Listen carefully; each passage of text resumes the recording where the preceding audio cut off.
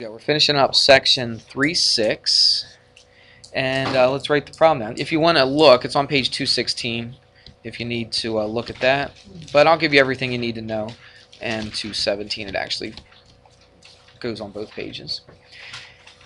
What did we do on the last homework we just went over? They give you a line, and they give you a what? A point, not on the line, and what do you want to do? You want to find the distance, right, between the point and the line. And what was the key to that? Knowing that it was perpendicular. You follow me? All right, so that's just a quick little fast review.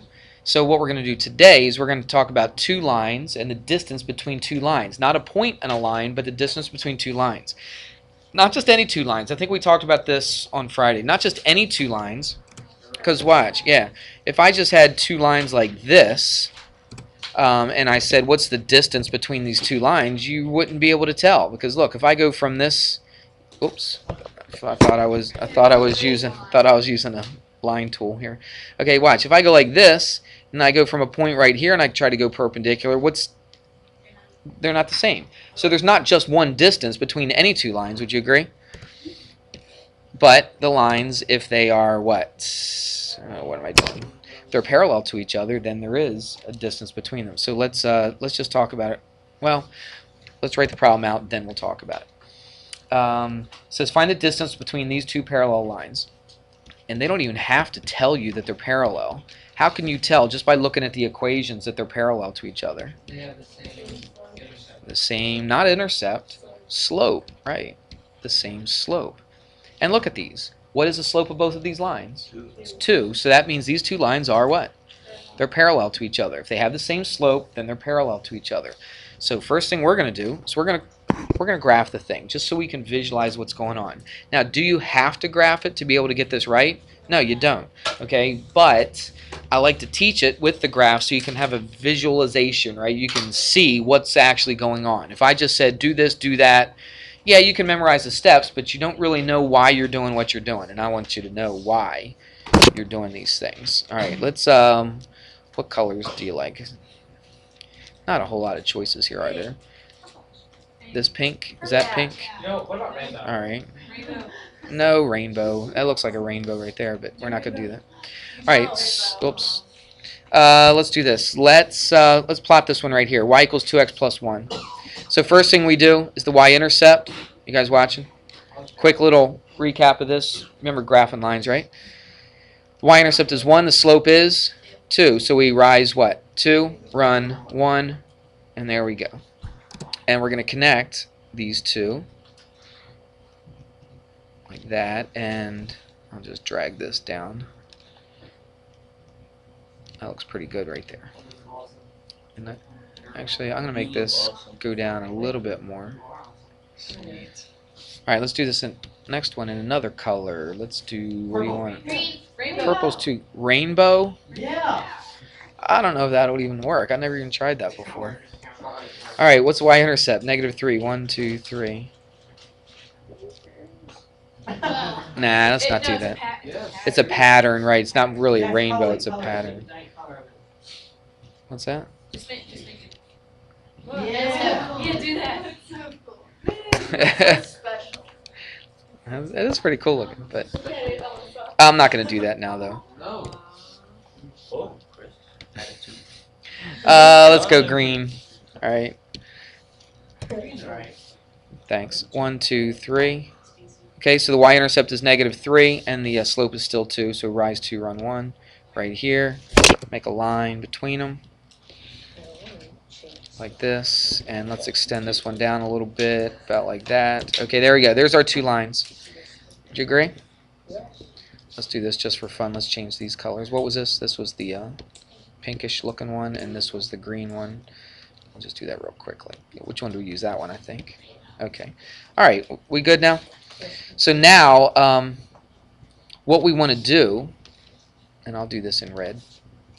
What we want to do is find the distance between these two lines. Now let's think about this. To find the distance, but what we did before, we took a point, right? The distance from a point to a line. So what are we going to do? Are we going to go from this point to this line, or this point to this line, or this point to that line, this point to that line? We got a couple options here, don't we? I'll tell you what. I'll tell you a couple of the options that I think are probably the easiest is probably to take it from either one of the intercepts. All right? You could either take this intercept or this intercept. Now, why would I do that? Well, the reason I would do that is because I know exactly what that point is. Now, you know what this point is as well, so you could use this technically, but I think it might be easy to use this. And I'll show you why in a second. What would that point be right there? What's the ordered pair to that point? 0, negative. It's 0, negative 3. Okay, so let's do this. Let's go from this point. All right, this is one they use in the book, so let's just be consistent with what they do. I want to find the distance from this point to this pinkish line right there. So what do? Do I go from here to here? Do I go from point to point? Is that what I do to find the distance? Right, it's perpendicular. All right, it's perpendicular. So that looks about right, doesn't it? Does that look pretty perpendicular? It's close enough. All right, so watch. Tell you what, let's make this black because it kind of blends into that other color, doesn't it? Actually, sorry. I gotta go back and do this again. Sorry for the. That's all right. I got some time. All right, here we go. Now that's black, and there we go. All right, so what we want to do is we want to find the distance. We listening now? We want to find the distance of that line, that perpendicular line right there. There's our perpendicular line. We don't know that point, so what are we going to call it if we don't know it? XY. Good. All right, so I want to find the distance between this point and this point right here. So I'm just going to use a distance formula. Problem is, don't know this point yet, do I? So that's what I want to do. I want to find what this point is, all right? And how in the world do we do that? Well, what we're going to do is we're going to find, looking in the book will give you the right answer, but it's not going to help you on a test, though, is it? We got to know what to do. Now watch. This line right here, what I want to do is I want to find the equation of this line. Well, I already know the equation of that line. What is it? It's y equals 2x plus 1. But then I also want to find the equation of this perpendicular line, this black line. So actually, it's really not that hard at all. Say it, Chris. What are we going to find first? The negative reciprocal. Okay, negative reciprocal. Remember that phrase, negative reciprocal. I think the book uses the phrase the opposite reciprocal, but for years I always said negative reciprocal. Negative just means the opposite of, okay? It doesn't always mean negative number, because what's the negative of negative 5? It's positive 5. You follow me? Okay, so it's the opposite or the negative reciprocal. I don't know, for some reason I just say negative reciprocal all the time. So what is our slope now of this black line? Remember, the slope of this line was what? What was the slope of this pink line or the green line? It was 2. So what do you think the slope of the black line is going to be? Negative, right? Because you take the opposite sign, 1/2. Reciprocal. It's the opposite, all right, which is negative, and it's the reciprocal of 2, which is negative 1/2. So that's my slope. Now look, I don't even have to do any math on this. Why not? Because I already know the y-intercept of this black line. That's why I picked the y-intercept to connect it to. Do you understand? It made it a little bit easier. Okay, so look, I already know that y-intercept. What is the y-intercept? 1, 2, 3. It's negative 3. So look, oops, let's not put it right there. So I know the y-intercept. The y-intercept is negative 3. I didn't even have to do any math, did I? Now I could have put 0, negative 3 in for x and y and then worked it out. You'd still get negative 3. And we did that in the other class, and I didn't realize that, oh my goodness, I could have just looked at it and saw what the y-intercept was. Okay, if you take that from the y-intercept, if you take that point from the y-intercept perpendicular to the other line, sure you can. Okay, I could have done it from here to here, and my y-intercept would have been 1, but it still would come out to the same thing. Okay, so it actually is a pretty nice way to do this. We're almost done. Now watch. You watching? So what I want to do is I want to write the equation of this black line. Oh wait, I almost have it all right here, don't I? Just got to put it all together. Remember, wrap it up, put it in a bow. So y equals what? Negative 1/2 x minus 3. So look what I have. I've got this equation, and I have this equation up here, don't I? And I'll put that in a pink. Oops. Oh, I made a. Why did I make a box? I don't know. All right. All right. So I've got these two right here. And what I want to do is I want to use these to solve for what? I've got the pink line and the black line. What do I want to do? I want to find that point that's in common with both of those lines. I want to find the point, the x and the y that's shared by the pink one and the black one. Do you see that? So I set them equal to each other. That's right, because watch, they're both equal to y. So if they're both equal to y, then they're both equal to each what?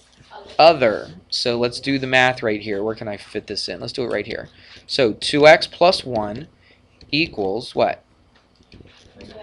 Negative 1/2 x minus 3. Which two lines did I pick? I picked this one right here and the perpendicular one. Because why did I pick those? Because the point right here is shared by both of those lines. That's why I picked both of those lines. Does that make sense? Okay, now I can go through and I can solve for x. Once I solve for x, I can find y. Then I've got this point. Then what do I do once I get this point? Distance formula. That's right. Use the distance formula, plug them in, and then you've got the distance between those 2 points. Does that make sense? Okay. So let's do this. Add a 1/2 x. Soccer is now dismissed. There is no middle school cross-country practice today. Subtract a 1. Middle school. Watch. 2 plus a half is what? 2.5. What's 2.5 as an improper fraction? How about 5/2? Okay? Agreed? So, yep, subtract a 1, and we get minus 4. Let's do this real quick before you go. They'll wait for you. Times 2/5, what? Times 2/5 over here, right? That cancels. X equals what? Negative 8/5. So that's what x is right there, negative 8/5. If you want to put that as a decimal, it's fine with me. All right, since you're doing the distance formula. Let's do y real quick. Which one do you want to pick? This one or this one? Probably this one. Probably the top one. So y equals 2 times x, so it's 2/1, times x, which is negative 8/5, right? Plus 1. Let's put this in. That's negative 16/5 plus 1, or 5/5. Do you see why I did that? Common denominator. Negative 16 plus 5 is negative 11/5. That's what y is equal to. So my ordered pair now, right here, is negative 8/5, what? Negative 11/5.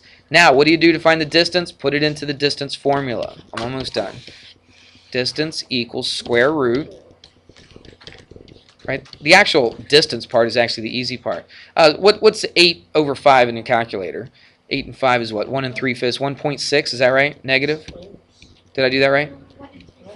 Yep, and 3/5 is 0.6, right? 6/10. Yep.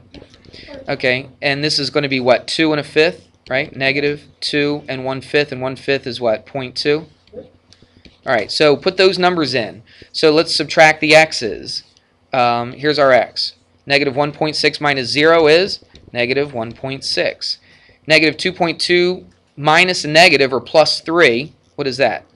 That's like 0.8. Somebody do that. I think it is. Negative 2.2 plus 3.